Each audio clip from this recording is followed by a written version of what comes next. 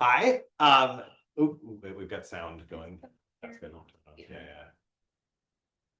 Hi, thanks so much. I'm pleased to welcome everybody who's joining us here on Zoom and the people who are in the room here today for a lunchtime seminar at the Jordan Center for the Advanced Study of Russia.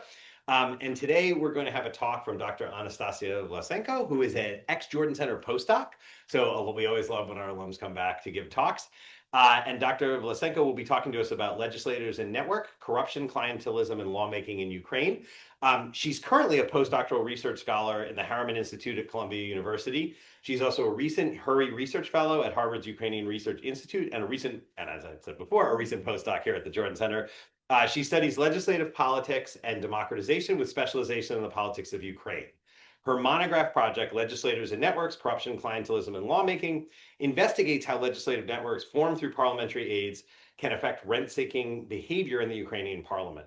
Vlasenko received her Ph.D. from the Department of Political Science at Florida State University, and in 2020-21, she worked at the Hertie School in Berlin as a visiting researcher. So you're very welcome. We are very excited to welcome Anastasiia back to the Jordan Center and very much looking forward to her presentation. So thanks all of you for joining us.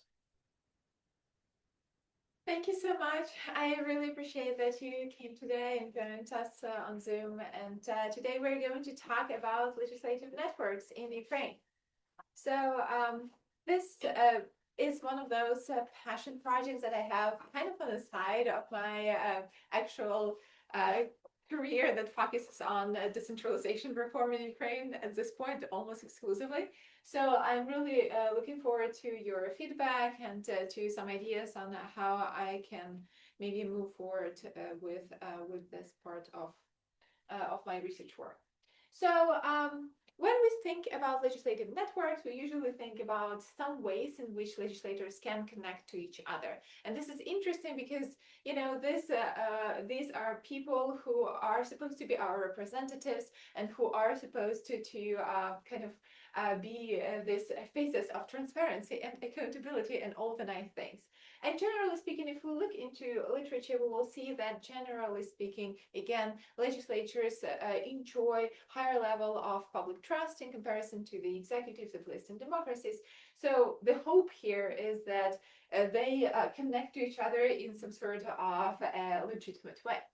So generally speaking, when we brainstorm about those connections, we can separate them into formal and informal. And with formal ties, it's kind of all obvious and straightforward. We can think about ideological proximity, party affiliation, fraction or coalition membership, committee membership, bill sponsorship, similar voting patterns. So all the things that we can actually Google about them and that are on this surface level, very visible to the general public. However, I am arguing that legislators, like any other human beings, have a lot of informal connections. And this is where things get interesting because this is something that we do not know about them. And very often they have incentives to hide it away from us. So my idea here is to unearth those hidden connections. And I'm doing so by looking at legislative aids. I'm arguing that legislative aids are those unelected officials that are being funded with our tax money, and that in this case, as I will show in a moment, connect legislators to one another in the ways that are not obvious at all. Obviously, you might argue that, well, that's not the only way they can connect informally. They can have friends, they can have kinship, they have some sort of joint opportunities for rent seeking, maybe some business relations, clientelist networks. There are so many things that might be happening. I am just focusing on one specific aspect of it, and I'm trying to understand whether this hired specialists, so to say, who are supposed to help legislators in their everyday work, whether they're benefiting the system, so to say, and transparency, or vice versa, kind of hindering the process of further democratization, especially in a young democracy like Ukraine. So this is how I am looking at this. I'm offering this new way of revealing hidden informal parliamentary networks by establishing links between legislators through the employment records of their assistants or aides. And the idea is the following, that if we, let's say, have three members of the parliament, A, B, C, Each of them has a certain number of legislative aides. I am arguing that if a member of the Parliament A and member of the Parliament B hired, let's say, aides 3 and 4, they are connected through them, and that would be our edge, or basically like a connection. Same here. You will see that legislator B and C are only connected through one aide. So this is how I construct this legislative network, and that is basically my idea behind this whole story. That, well, they might be connected through their assistants.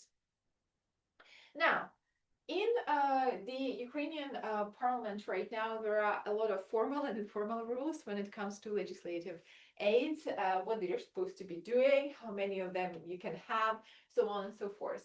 So generally speaking, each legislator can have up to 31 legislative aides, which is a huge number if you think about it, because each of them gets a certain budget for all of their legislators. But if you divide it by 31, that is so below the living wage that they wouldn't be able to hire them. So the solution to that they come up with is the following.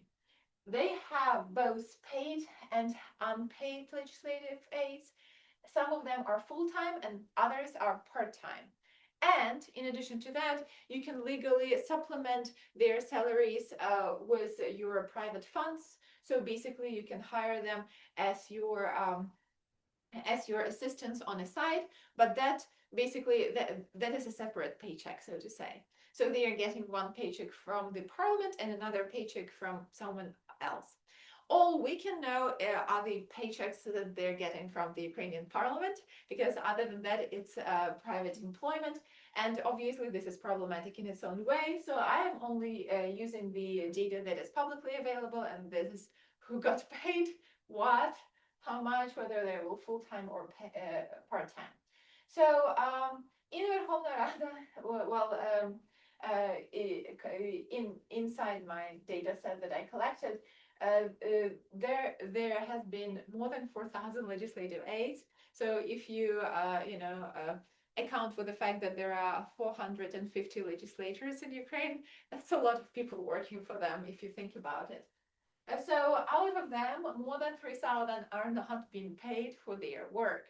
And that is a high level of voluntarism, so to say, to account for, because you might be wondering what these people are doing, especially given that they have to be in Verkhovna Rada during work hours, on work days. So there are so many questions here. Only 990 are paid full-time, and then we have 68 paid part-time. Only 4 members of the parliament have only 1 legislative aide. Everybody else has a much larger number. I didn't put an average number here because it varies over time all the time. The general tenure of a legislative aide is also a period that varies a lot. Some of them survived multiple convocations, so multiple electoral cycles of the Ukrainian parliament. So these people have been employed there since the 90s. However, there are other people who have been employed for like a couple of months and then leave. And so the variability is huge. And it's kind of difficult to explain why would we have such a volatile positions that are being publicly funded, especially given that our general perception of bureaucrats as such, because they are part of the bureaucratic apparatus, is that these are very stable jobs, and your skills that you have in these jobs are not applicable in other areas, so you cannot switch from, like, let's say, private sector to public and vice versa. So it's kind of unclear what exactly these people are doing, why it is so easy for them to get fired, why their salaries are so ridiculously small, especially given that generally you need at least a master's degree to become a legislative aide. Not all of them have that. Obviously, this is not a requirement of the job, but many of them are professional lawyers. So that just gets weirder and weirder if you think about it. So that brings us to a very logical question of what do legislative aides do? So officially, they're supposed to prepare draft bills, write reports to their legislators, meet with voters, communicate with national and local governments, communicate with mass media, citizen associations, business. Anastasiia? Yeah. Do you have a sense of these unpaid aides, like what proportion of them are getting salary in another way from the legislature or from the legislators' backers or from the party? Like, is it really that 3/4 of them are unpaid? Or, I mean, and and there are plenty of unpaid internships like all over the place, but is it really that 3/4 of them are unpaid, or is it that these people are just getting paid through other means? That's an excellent question. So there are two possible solutions, as I will discuss in a second, Okay. for those. Unfortunately, we cannot gather systematic data on mostly because they are not supposed to report their if they're not paid, they're not supposed to report the whatever income they have. I didn't mean in terms of like the Yeah. data. I know you're going to talk about how the data is constructed, but like I just meant conceptually. Like, do you But have any sense of it? Yeah, talking to people? conceptually, I conducted some interviews, so here's how it goes. If this person is actually there to be a legislative aid, and for whatever reason there is just not enough money from the budget to pay them, they will be paid privately by the sponsors of the legislator. And Ukraine doesn't really have a very developed lobby legislation, so lobbyism is kind of this gray area. So if you're being paid by like a business associated with the legislators, that's very fishy in Ukraine, and these people tried not to disclose it, even though that's their paychecks, and those are good paychecks, like their salaries are nice. However, there is another motivating factor for them to be legislative aides, and that is the status. So let's say you're a successful businessman, you arrange it with a legislator of your choice to be their aide, and then you use the status in order to promote your business interests. Or you might not be a businessman. You might be, for example, a member of and a bureaucrat, let's say, a bureaucrat in another state agency, and you are there in a position of power. Let's say you're in charge, you're a director of like a governmental agency, but your governmental agency is facing some sort of challenges in their work. So you would become a legislative aide to a legislator whom you think will protect your agency, and you will again promote your interests in this way. So basically, it's either for money or for status. But whenever it's unpaid, it's really difficult to make a case. For me, with the further development of tax declarations in Ukraine, I'm trying to solve this issue, but I still haven't found the systematic way of differentiating. Yes. Okay, I'm curious, like, so are all of these people, you said you have to have a master's to be a legislative aide? Like well, in order to draft bills, yes. Okay. But I will show that it doesn't really work. Okay. I'm just curious, like, are any of these people doing like internships or anything? Is there a culture of that in Ukraine? Like, would this this unpaid opportunity be considered like a prestigious thing that you would take even if it was unpaid because perhaps you're doing your degree at the same time or something like that, like you might see in the US, or is that not the case? Yes, so there are some recent graduates who Okay. take these opportunities as internships, but Okay. usually it's just for a couple of months. So Okay. they don't really stay in the system long enough to be influential or to become nodes in my analysis. Okay. They are not connected anyone to anyone, really. Okay, got it. All right. So, and this is an answer to all of your questions. And this is what legislative aides do unofficially. Some of them are just bodyguards who were hired as bodyguards, but then also got their status as unpaid legislative aid just for the sake of it. Others work as personal assistants, secretaries, PR specialists. Some of them are stylists and designers. So it can be literally anyone you really want as your, like part of your inner circle. Some of them are specifically there to assist with business operations conducted by a given legislator, because legislators cannot work in any other positions except for their legislative position, unless it's education or arts or something like that. So let's say you used to own a business, then you cannot be your own CEO. You hire someone and then you immediately make this new CEO your legislative aide. So to seal the connection. They also help with internal party politics. That has been especially true lately when Sluha Narodu, Servant of People, was elected, and that party was like way too big to manage. So those party managers were basically legislative aides. They also supervise personal projects. So many legislators have like art and charitable organizations. So they are basically those art curators and who's not. And many of them literally do nothing. Like we cannot trace the realm of their activities. It's a mystery. They never show up to Verkhovna Rada. They never do anything really. So it's like perpetually unemployed people with employment. So that brings us to the question: who are these legislative aides? Can they have? Do they have to have master's degrees, and what's not? And the vast majority of them have a degree either in some sort of economic realm, like finance, economic theories, things like this, or they are lawyers. And that makes total sense because somebody has to attend those committee meetings, somebody has to draft those bills. So these are people who actually do stuff. At the same time, we have the students and recent graduates, the ones that you mentioned, and to those are people who are, surprise, surprise, the most open to be interviewed about it. So that's another question.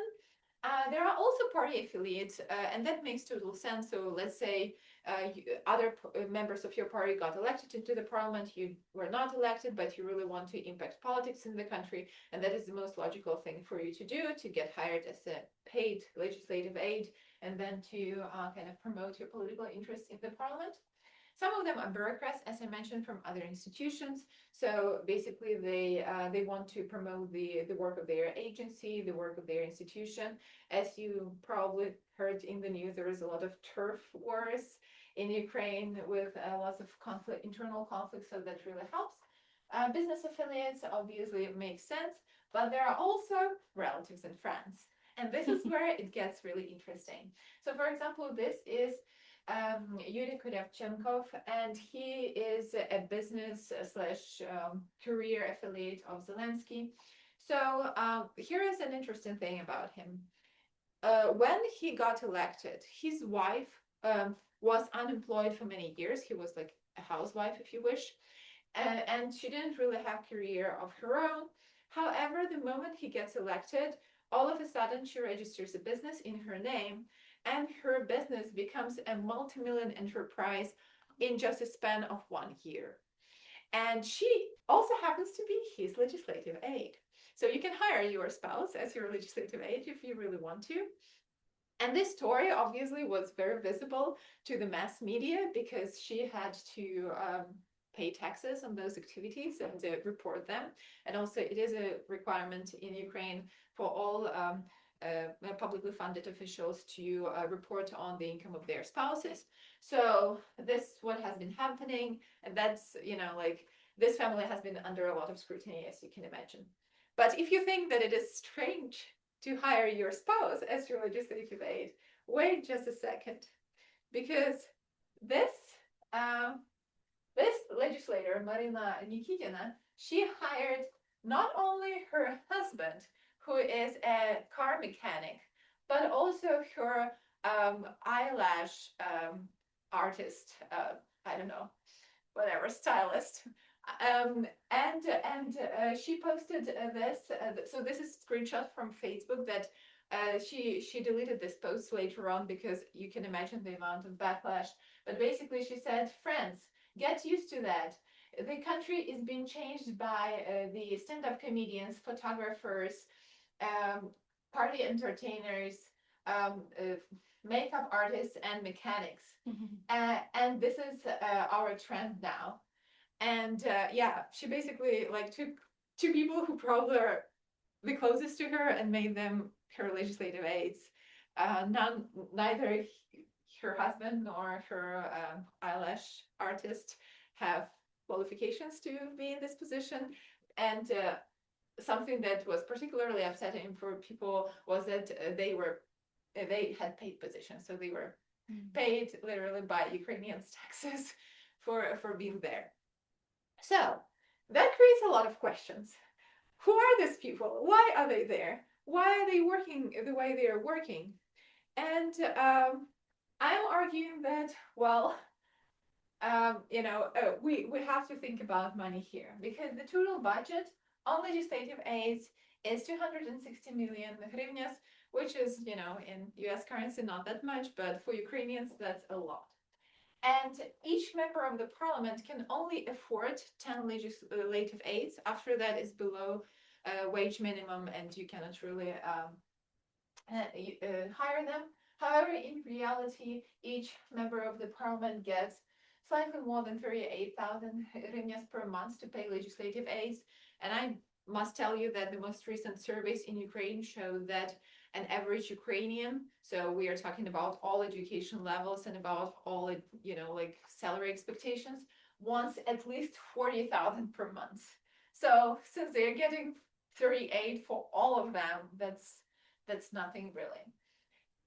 This is really not enough. So legislative aides are usually getting money from alternative sources. So private funds of MPs, many of them are well off, so they can afford that.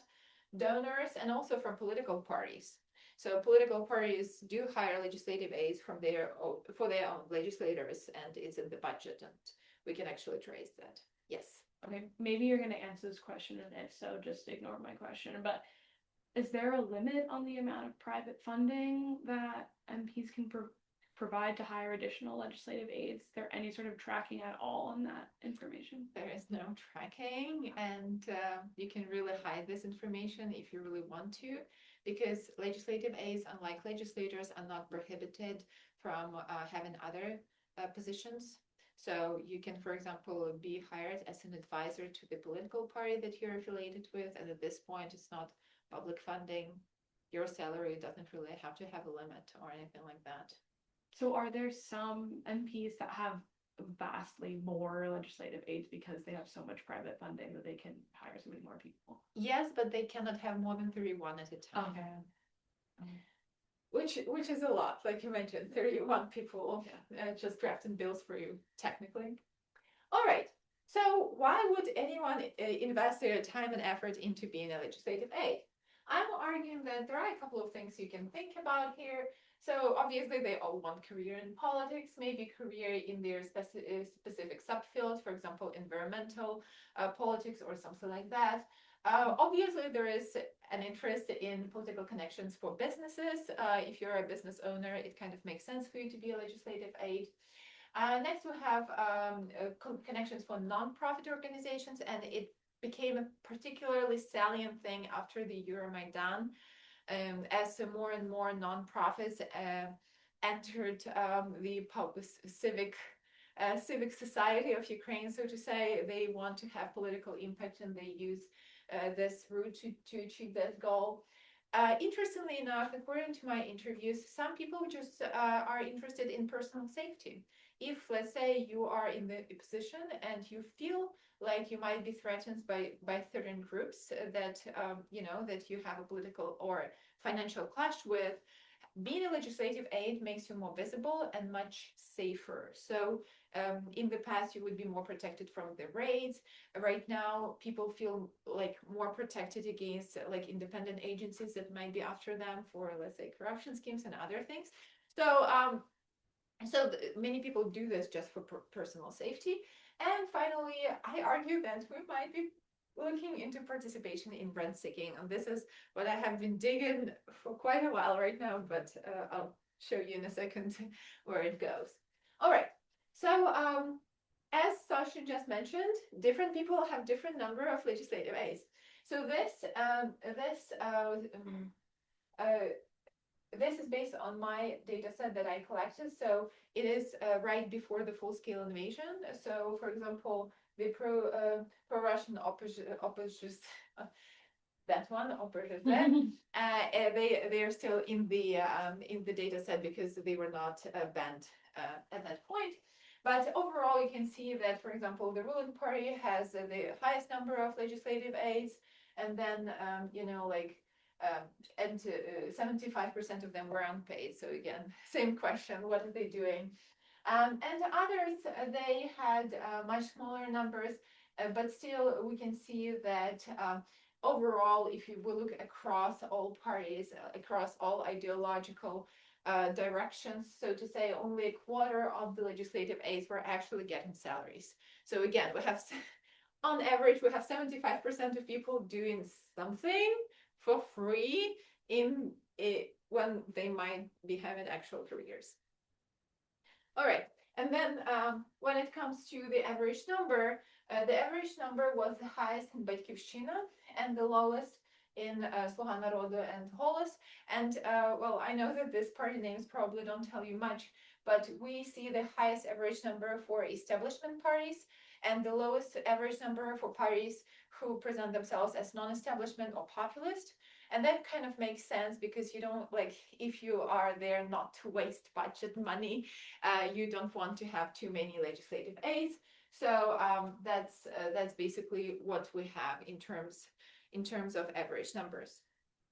So my question is there any connection between these legislative networks formed through legislative aids and corruption?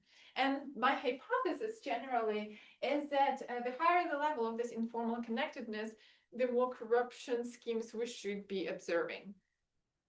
And I explain this association by the ability of well-connected politicians to meet the needs of potential bribe seekers, bribe payers, I'm sorry. So the logic here is the following. Like, let's imagine I'm a rich businessman who has some sort of an interest in pursuing my goals in the parliament.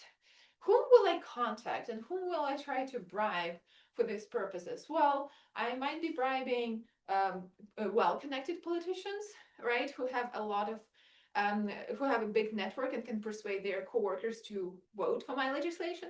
Or I can go with this kind of alternative, poorly connected politicians, hoping that they might be more corrupt because they are less visible, but at the same time, they might be less efficient in achieving my goals. And I'm arguing that if, for example, I am from a left-leaning party and Sasha is from the right-leaning party, and then we're somehow connected through the common legislative aid, it will be better for a potential bribe payer to come to us because we're connected. And that means that there will be support for that probably not particularly clean legislative proposal from different edges of the ideological spectrum, not because we support that kind of legislature, but because we have this middleman between us who will reach out to Sasha that Sasha needs to vote for this legislation, and to me because I need to vote. So basically, ideology kind of goes away out of the picture in this story, and all we care about is whether we are connected and whether we basically connect. You know, like there are lots of pictures online of Ukrainian legislators being on Viber, you know, like an alternative to Telegram, chatting all the time. Well, I believe that in addition to these chats, they're connected through those legislative aides who would like talk to the potential, sources of rent seeking, talk to other people on the committee, draft the legislation, and actually arrange the whole infrastructure to work. So this is the hypothesis, and you will see that as I dived into the data, it had way too many caveats, and it is not as straightforward as this hypothesis might sound. Well, what do we know already about this? Well, legislative networks are a widely researched phenomenon, and if you just try to look for legislative networks, there are so many versions of this. Within the realm of this project, I had like, I don't know, at this point, 10 ways to measure legislative networks and who is connected to whom and how. And generally speaking, legislative networks are believed to be associated with increased chances of corruption. So this is already there. It just really depends on how you measure corruption. What is corruption for you, so to say? And finally, I believe that clientelism can explain this connection. So basically, connections to oligarchs might be a very important thing here. How do we know who is oligarch and who is not? So there are like databases online of who is oligarch in Ukraine. They change from time to time, but to be honest, these are the same families and the same lists. So in my research design, I have a variety of measures that quantify centrality of a legislator in a network. And that is my independent variable. And again, as I showed, two legislators are connected if they hired the same legislative aid at a certain period of time. And my dependent variable is the number of corruption scandals And I am also kind of trying to look at the cache that of unidentified origin that legislators had in their tax declarations, because many of them had like millions and millions of dollars, and there is absolutely no source for that information for that money. So I'm also looking into that. So this project comes with huge data problems. So first and foremost, Verkhovna Rada at some point just decided to delete information on legislative aids from the fourth, fifth, and sixth convocations, just because, you know, we don't need those years. Since then, they kind of returned them. I tried to work with that, but like, you know, there are a lot of missing observations and stuff like that. This is the letter they sent that like the data lost the historical significance. And well, historical significance is early 2000s for you to understand the historical significance. And basically, yeah, like they just destroyed documents in 2018.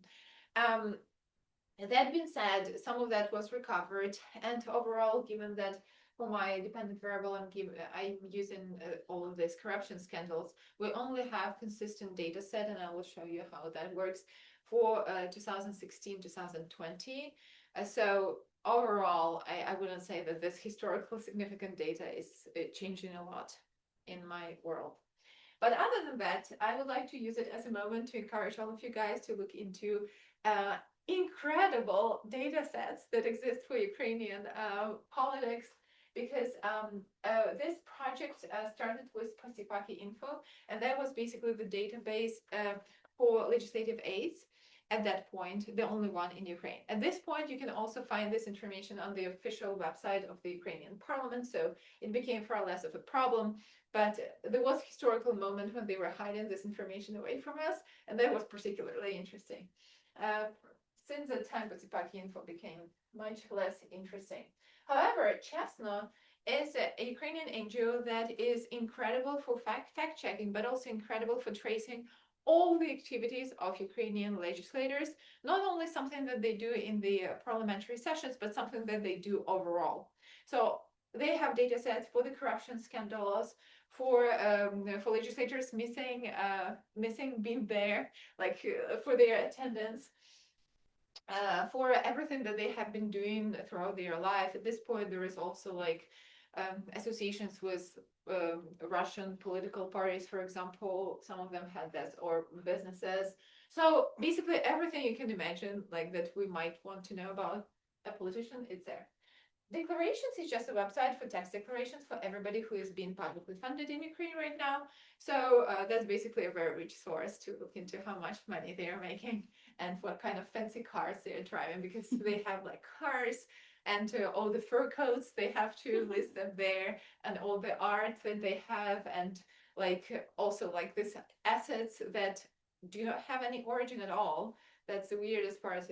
I'll show you how it works in the data set. And then we have what else?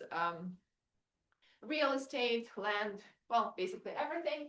And finally, Rada for You is like a great tool to trace how they vote, because it has data sets on how they vote, what for, with whom, whether they ever vote against their party line. So basically measures of party loyalty, party affiliation, political presence and attendance even.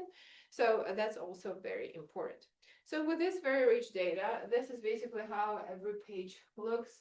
So we have like a politician, his name, and then like everything, like here, everything we want to know about him politically. And here they usually list their crimes. So this particular one, he voted for someone else in the parliamentary session. So, and we know this. But you know, that really depends. And then once you click on their legislative aids, you get the list like this. So I know who works whom, and then they basically add here whether it was paid or not paid position. So in this case, everybody was unpaid, which is a whole different story. He decided not to spend money. So if you decide to kind of create a plot of connections, usually when it comes to legislatures all over the world, we would assume that if you belong to the same party, you will be connected. So I belong to party A, you belong to party A. The probability of us hiring the same legislative aid should be higher than you belong to party B and then we hire the same legislative aid, which implies that this graph should have some sort of clumps of colors. And they're kind of there, but kind of not there. What we're looking at is a rainbow, essentially. And that is for the 7th and 8th convocation, and I will show you convocations. There were 2 of them. And I will show you for the 8th and 9th, it gets worse, trust me. So for example, here, we have a little bit of a purple kind of clumps here, and this is that establishment party that has the highest average number of legislators. But at the same time, you know, except for that, we only have 1 clump for the radicals, and that's it. Other than that, you know, like you see that the connections are all over the place, and I try to like make it more visible that political affiliation kind of matters to be connected through legislative aid, but it is not. And this is the data that is supported across all of my interviews that I conducted. And the idea is the following. When I am hiring legislative aid, and let's say I belong to the far right, if that person worked for the far left, I don't care. I couldn't care less. I would hire them because someone recommended them, because I think it's useful for me, because I don't know, because I have some personal motivations. As a result of that, one legislative aide throughout their career, they can work for far right, far left, somewhere in the middle, all over the place. And as a result of that, we see this rainbow pattern here because they are connected politicians who are not connected by ideological stance, party affiliation, previous business connections, or anything really. These are 2 strangers connected by 1 legislative aid, which makes them less of strangers. So the nodes are the legislators, yes, not the aides. No. The lines are, and the edges are whether they employed the same aid. Yes, exactly. And those aren't weighted edges. So if they employed 4 or the same aides or 1, it's the same. Yeah. Okay. So and we can see that, for example, for the 7th and for the 8th convocations, we have this big clump here in the middle, meaning that many of them were connected through this. However, once Sluha Narodu gets elected, and we get connection through the 9th to the from the 8th to the 9th convocations, all of a sudden they are far less connected because Sluha Narodu brought a lot of people who are not connected to anyone, and they actually hired their eyelash stylist to like those people are not edges here at all. Well, we have much bigger party variation here, obviously. But like right now, I cannot identify any party group that would be connected at all. Like this is basically random. The only color that you consistently see here is this like dirty orange, I would say. But this is these are people who do not have party affiliation at all. This is independents. So independents were well connected throughout. But other than that, you will see that again, we don't see party as being, or ideological perspective. Party would be a proxy for that, as an important identifier of whether you are hiring the same person as your legislative aide or not. So that brought me to the argument that, well, there is something happening, and I really need to look into that. So here's what I did. We have everything who is red here is less connected in this network. Everybody who is green/blue here is more connected in the network. And then I am looking at how it works with regards to 2 variables, corruption scandal, so the probability that you're participated in the corruption scandals, predicted probability, and then cash of unidentified origin in their tax declarations.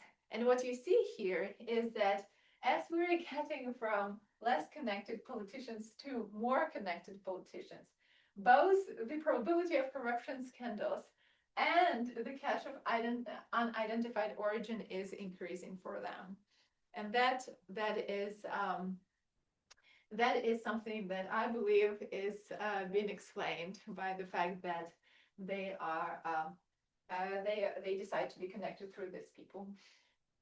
At the same time, if we take connections to oligarchs, I would say that the relationship is much flatter, like it's not statistically significant, but like visually you can still see that even though the variation is much smaller, as the probability of corruption scandals is increasing, we can see this slight increase of connections to oligarchs. Well, maybe like there is a finite number of oligarchs, so that maybe just lack of oligarchs and therefore connections to them explains that. As you can tell, there was only one observation, and that was poorly connected, by the way, through legislative aids that was connected to 7 oligarchs, kind of rare in this data set. Usually people would just stick with one, which makes sense.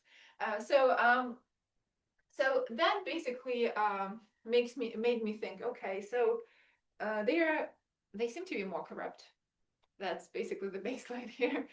And when they are more connected, but then how exactly can we explain it? And I'm like in the I would say that I still lack a valid mechanism here, because I try to look at the association between the number of connections and the percentage of their implemented promises. So they had pre-electoral promises and then implemented.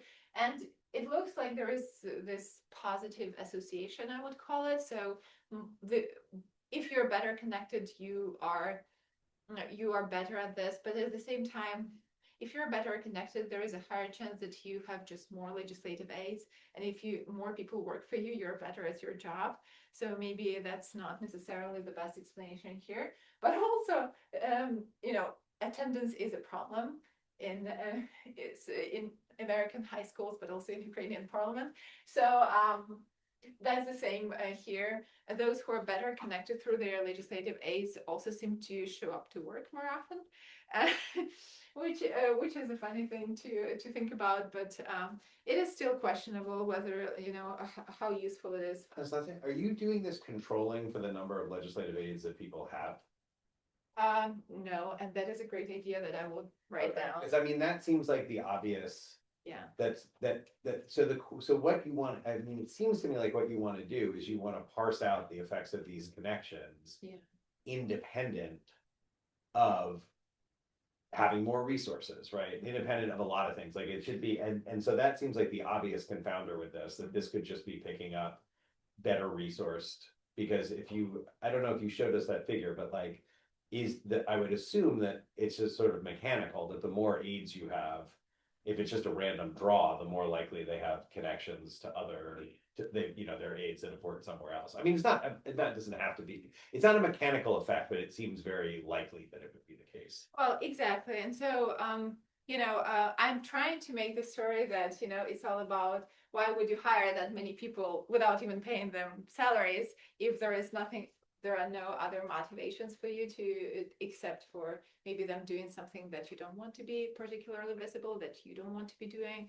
So even like the number of legislative aids might be connected to. Yeah, I think I'll totally grant you that point, that right, like this all could be endogenously related, but I think that's all the more reason to not just show us that there's a relationship between the number of these connections and something like anything that's like an ability to get your job done, because without trying to parse out what's going on there.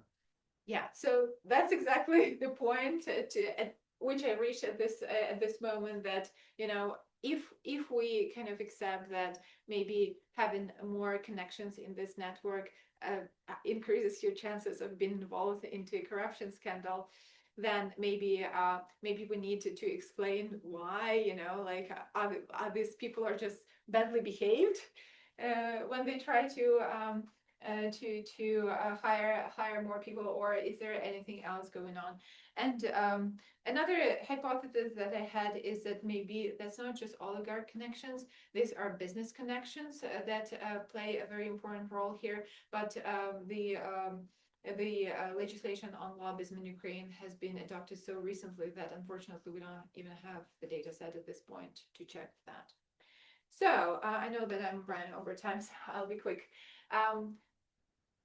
here are a couple of takeaways. First and foremost, it looks like legislative aids help to form this unobserved networks, unobserved for the general population, I mean.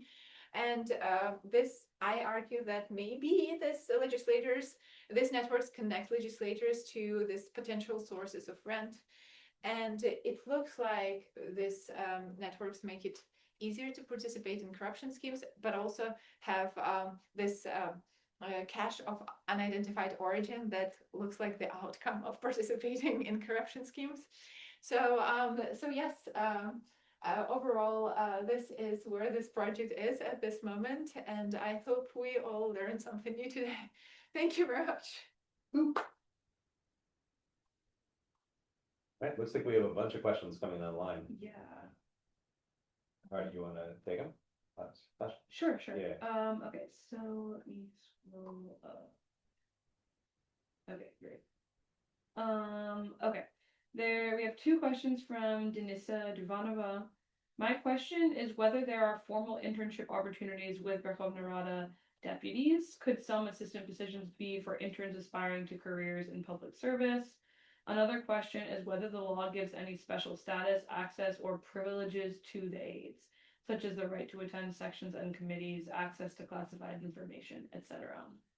Excellent questions. So the first question about internships, each legislative aid decides for themselves how they decide to how they hire legislative aides.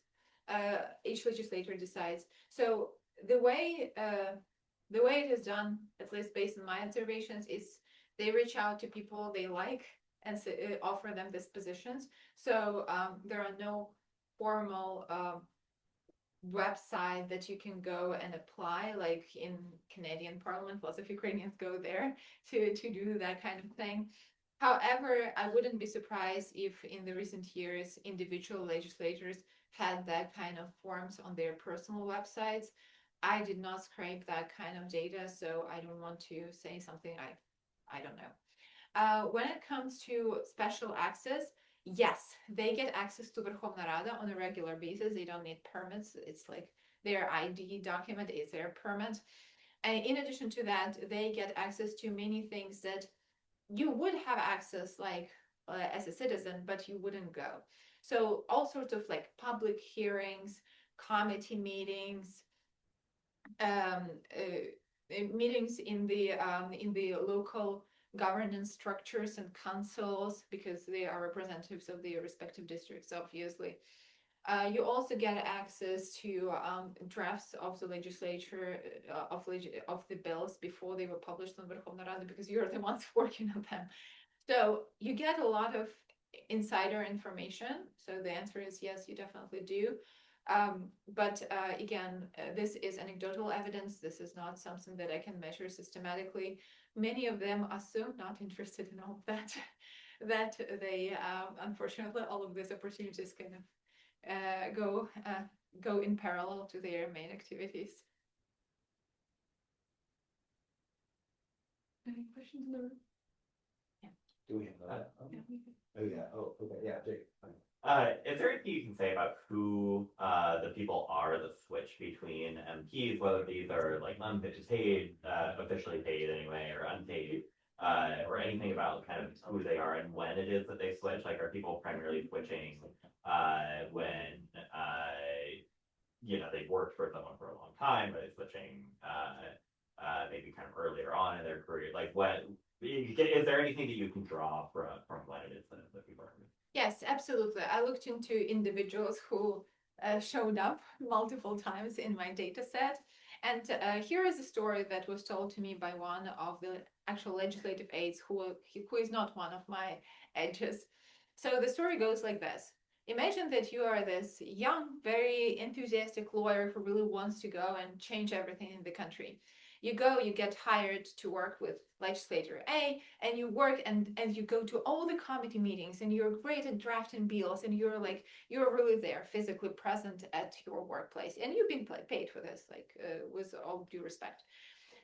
And you get noticed by these ladies who belong to the administrative staff at Verkhovna Rada as a person who works well.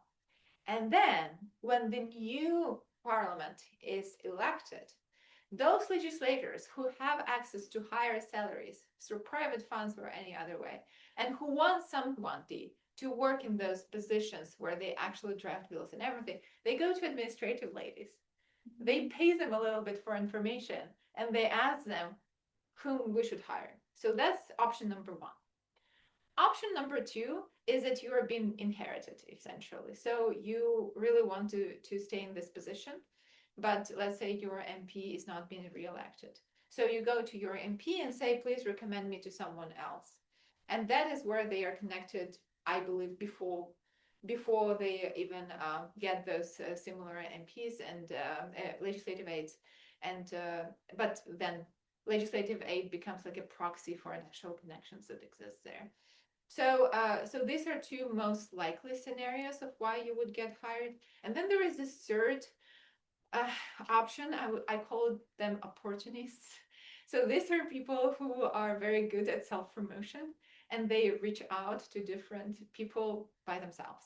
And usually they have their own agenda. So they are either associated with these governmental agencies or with businesses or with NGOs. So you get hired not because you're this very enthusiastic young lawyer, but because a legislator knows that you are useful in one way or the other. So, and yeah, unfortunately, there are people who literally pay legislators for being their legislative aid, but that's a whole different story. Should I take the question on? Sure, yeah. Okay, we have two questions on Zoom from Dawn Van Atten. This is really interesting stuff. Simple question. You didn't list regions on your first slide. I would think that one grouping of aides would have grown up or studied together. Can you slice, and then another question. Can you slice and dice by what aides do or who they are? I suspect that being an aide for Bakhtyushina or Poroshenko or formerly regions is different than being one for Sluha Naroda. You're answering my next question about having prestige or access from having the title of aide. Thank you. Okay, so were they connected in their young years, let's say, or something like that? I believe this question comes from a lot of research on Russia, right? When there are a bunch of Russian politicians who grew up in St. Petersburg with Putin. So Ukraine has very strong regional politics. I agree with that. And therefore, a lot of these parties were originally regional parties that kind of climbed their way all the way to the national parliament. That is true. That I think it's an excellent idea. So maybe I should check for this because I have full bias of all legislators, so I can check whether they were connected by education or place of birth even. But generally speaking, I would say that in this particular context, I believe that it doesn't really change how they would be connected in this network. Because either way, you know, like let's say we grew up together and right now we share this legislative aid. That's the same as I've never seen you, but someone recommended this legislative aid and now we are connected. So yes, these are different types of connections. My argument is that like regardless they should be working in the same way. But looking whether they might be connected not through party affiliation or ideological stance, but something else might be a good idea. So I will do that. Then prestige. Yes, it is very prestigious to be legislative aid. People want that. That's why they would do that even for free.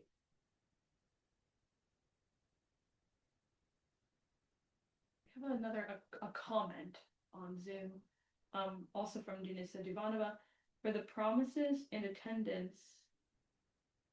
The findings would be consistent with the idea that the initiative for working with the legislator comes not from the legislator, but from the prospective aide. So more responsible legislators attract more aides. That is very possible, and this is why everything is endogenous in social sciences. Yes, I agree. I cannot rule out this possibility. I just state the fact that they got hired at some point. So. All right, I have a question. So two questions. The first is, and maybe I missed this, in your network data, are you only looking at networks within particular RADA, or are you looking at networks across the RADA? So I look across, and I'm assuming that the preceding RADA gives us these connections because the initial idea was to look like back all the way back into the history, but then there Right. is this data problems, and Yeah. also I feel like there is a problem with the maturity of my observation, so to say. So it's very, like if I was hired, let's say, to work in 1999, can you really say that I'm connecting to politicians who hired me then in 2018? That's a bit too much time between connections. So I just dropped those like So historical. people aren't switching within the same. They do. Oh, they do. They Okay. do. So So that's you why. can get connections contemporaneously, and you can get them in the past. I mean, Yeah. as And actually both. as you get a method down for sort of like looking at the impact of these connections, that comment you just made is a testable empirical prediction, right? Like it's very believable and it makes a lot of sense, but you could test it, right? I could tell you a different story, which is like when I'm a young legislative aide and it's my first job, that person who gives me that first break, I'm always going to be indebted to them.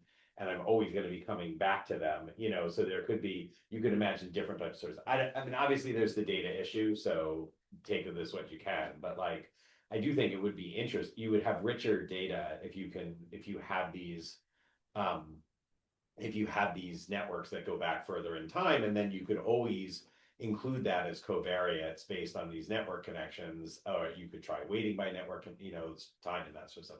The second question I had is, again, I feel terrible because this is another endogeneity question, but like the other issue could be, we have someone who wants to join. Yeah, I let them in. It's just there's a delay. Oh, before okay, machine. all right. Yeah.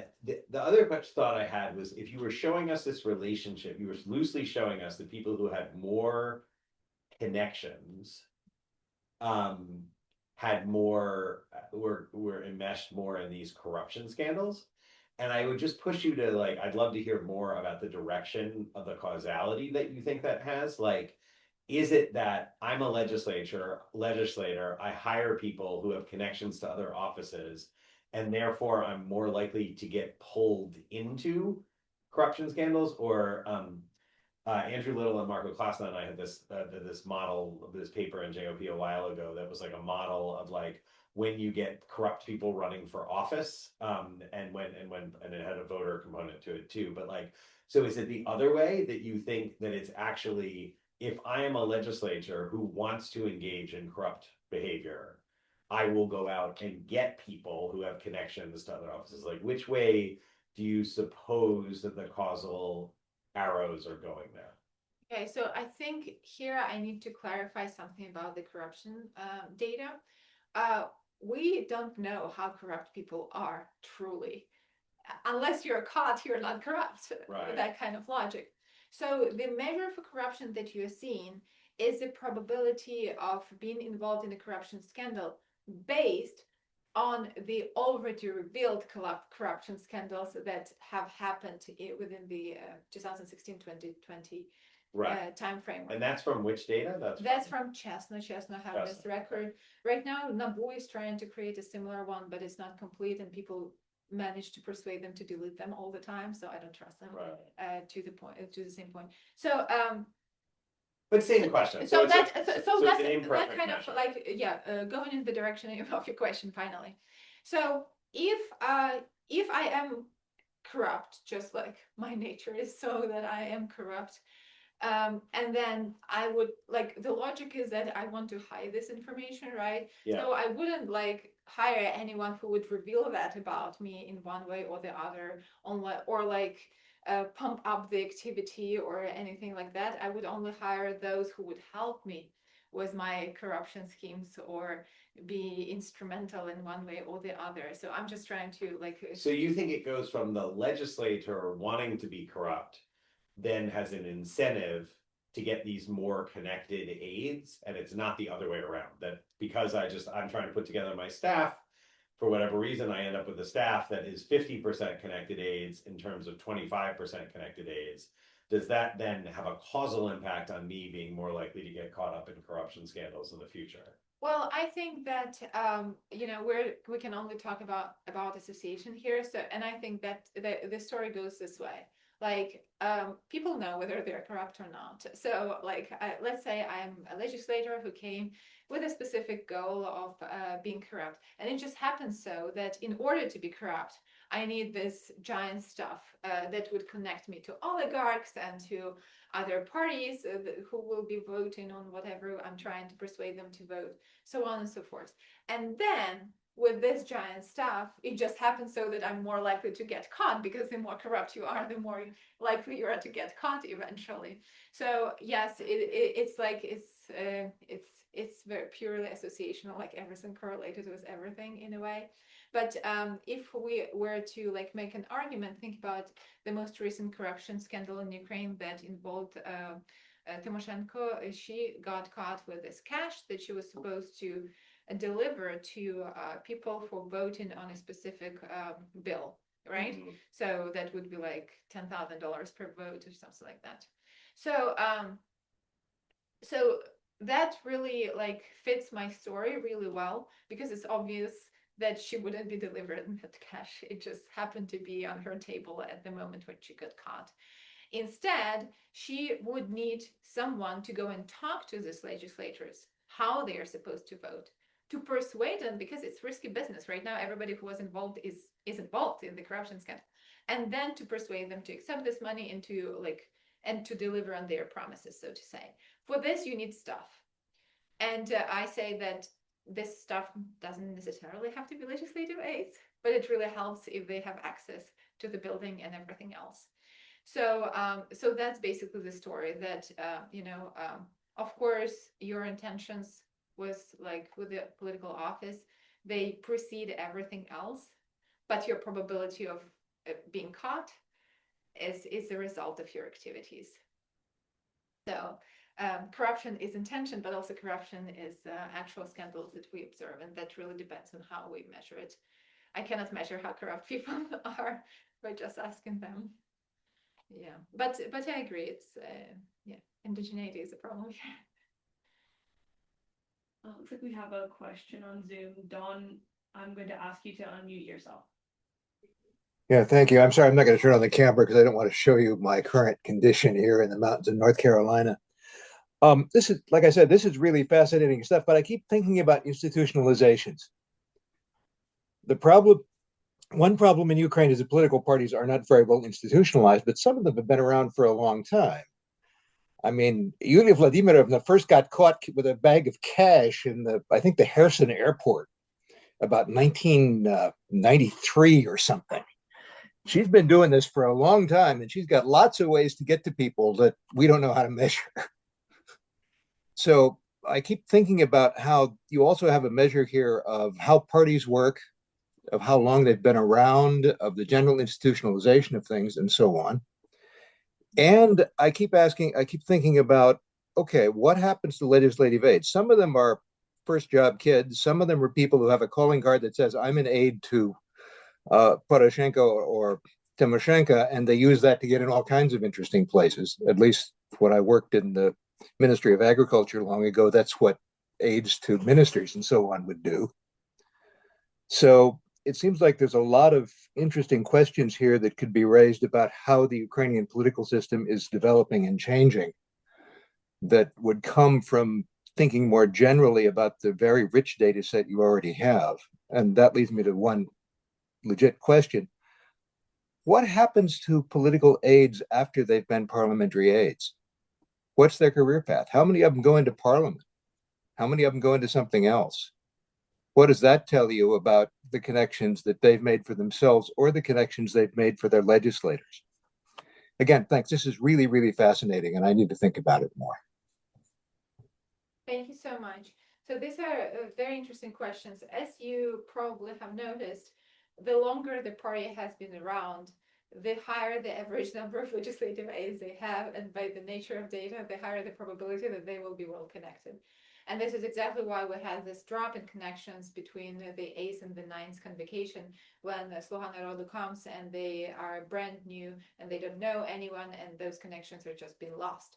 So, so yes, as a Ukrainian system is changing and parties are getting older, it's getting easier for them to get connected. Another one is, so what happens to all of these people?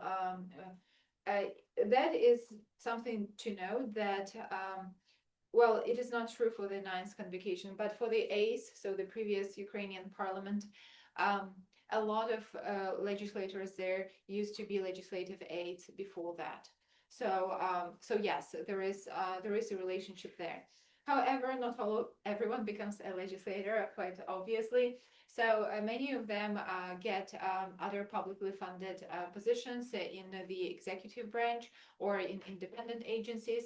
Many of them just proceed with managing their own businesses. That was the whole idea why they were there. And all of those who are kind of this marginal elements, I would call all these bodyguards and drivers and makeup artists and everyone, yeah, they usually their 10 year is very short, and they leave and probably just have their normal careers after that.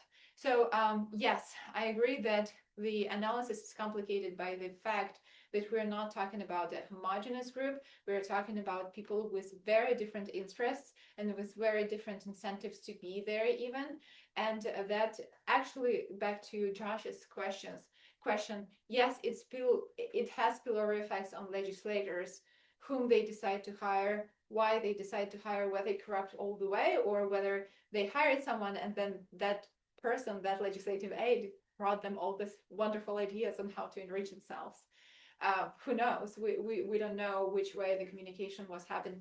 And this is exactly why I believe it is so important to study hidden networks in any parliament, really not just Ukrainian, to try to unearth something that might be happening that there is absolutely no way for us to see.